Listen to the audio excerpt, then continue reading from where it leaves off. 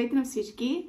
За някои от вас е изненада, че отново виждат мой влог в YouTube, но за други не, тъй като аз вече споделих в Instagram профила ми, че имам желание да се завърна тук в YouTube.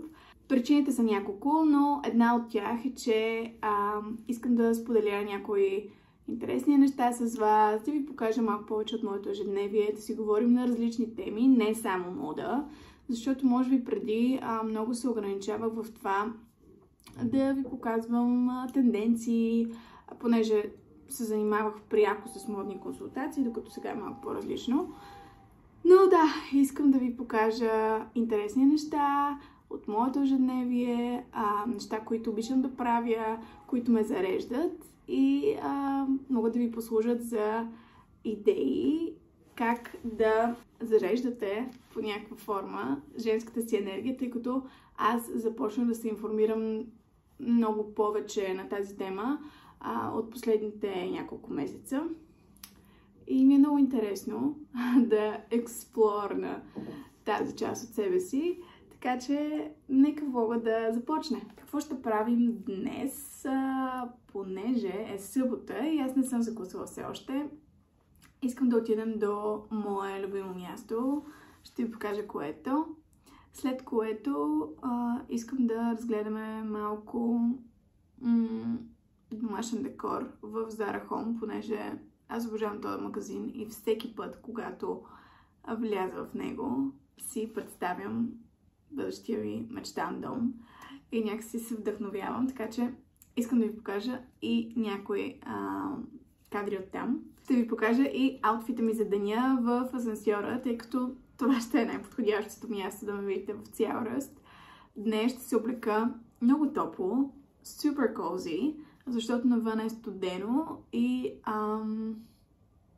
да, облича ми се нещо много мекичко, много топло и нещо много сладко. Така че сега ще ме видите. Преди да излезем, искам да ви покажа един абсолютен есеншъл, който аз съм открила преди много години. И това е крема за ръце на L'Occitane. Супер хидратиращ, с много приятен аромат, такъв супер нежен, лек.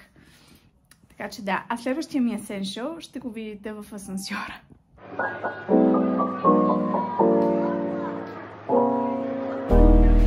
Това беше официално супер засрамващ момент. Човека, който беше паркирал колата до моята, просто ми направи така. Със знак да си продължавам да се снимам, но... Вау! Не съм свикнала да снимам и съм супер срамежлива за такива неща. Но да, вече ви показах и любимите ми зимни обувки. Поръчах си ги онлайн. Те са от Бершка и са страхотно попадение. Просто миналата година осъзнах, че аз нямам достатъчно топли зимни обувки и това вече са ми официално любимите.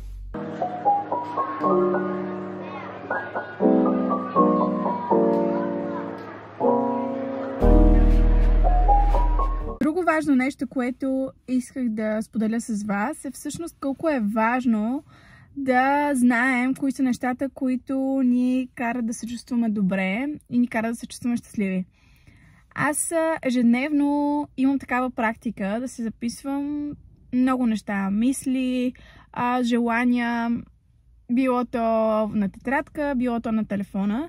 И много добре знам кои са нещата, които ме карат да се чувствам заредена, така да се изразя. Искам да ви дам тази идея. И вие да пробвате и да си запишете любимите неща, които ви карат да се събудите сутрин с супер желание. Или пък да ви накарат да се усмихнете, да ви накарат да се чувствате все по-вдъхновени. Това може да е сутрешен фитнес или любима напитка, или пък да си прочетете 10-20 страници от любимата ви книга. И така нататък. Мисля, нещата са безбройни. Няма да влизам детайлно кои са моите, но чрез тази част от видеото, това ми е идеята. Вие да го направите и може пък после да си споделим и да ми напишете кои са вашите любими неща, които обичате да правите през свободното си време.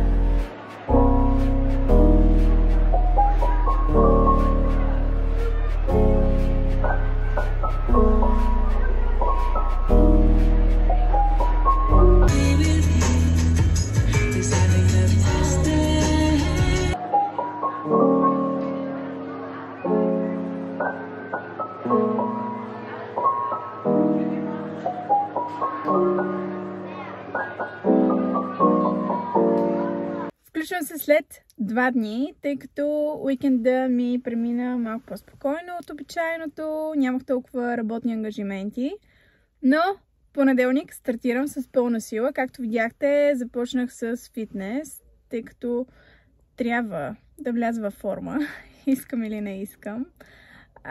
Но да, всъщност като започнеш с една рутина, тя става част от твоето ежедневие и дори ти доставя удоволствие. Какво следва след това? Имах работа на лаптопа, тъй като това е неизменна част от моето ежедневие. И сега трябва отново да отида до Paradise, след което трябва да отида до шивачка. И след това имам една много интересна задача, възложена от моя брат, който е на 7 годинки. Вчера го попитах какво иска за рождения си ден, тъй като той наближава и той ми каза, че иска костюм на Спайдърмен, така че съм се заловила с тази задача и трябва да я изпълня. След което отново работата продължава, ще е до късно вечерта, но ще се опитам да ви снимам някои детайли от деня. Още нещо, което исках да споделя с вас е другата причина, поради която стартирах влоговете.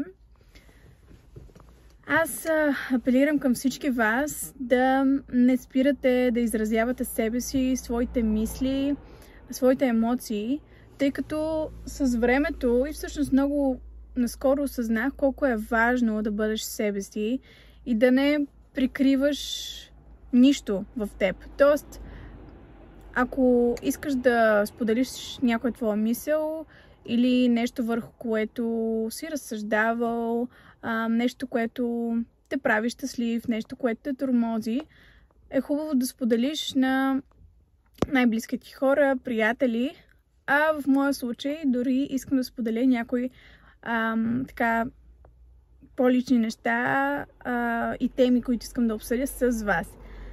Така че да, просто искам да кажа колко важно е да не спираме да бъдем себе си и да не спираме да експресираме, така да кажа, има ли така дума на български? Express yourself. Просто да не ни е страх да казваме това, което мислим, ако ни се плаче да плачем, ако ни се смее да се смеем, ако ни се танцува да танцуваме. Мисля, че разбрахте това, което искам да ви кажа. Просто осъзнах, че в моментите, в които се чувствам по-тъжна, по-неудовлетворена от себе си или нещастлива, са точно в моментите, в които съм задържала някакви емоции в себе си. И ще ви дам пример. Последните месеци, дори година, така спрях да излизам, не ходих много по вечери, по клубове, нали. Аз вече съм и на някаква такава малко по-голяма възраст за тези неща, но за забавлението няма възраст. Така че по-скоро бих казала, ако ви се забавлява, да го правите по-често с приятели, сама вкъщи и така нататък. Но да, това е един малък пример, много са нещата. Ще задълбочим темата в следващите влогове, но това е една малка частичка от това, което ме мотивира да заснема това видео. Така, плановете малко се промениха. Ще свърша тези неща, но след това ще ходя на един евент с певицата, с която работя. Алисия. Може би знаете вече от профила ми в Инстаграм, че работим заедно. След което сме на репетиция. Не знам колко ще снимам, не обещавам, но може би в следващи влогове ще навлезем малко така по-детайлно в работата ми.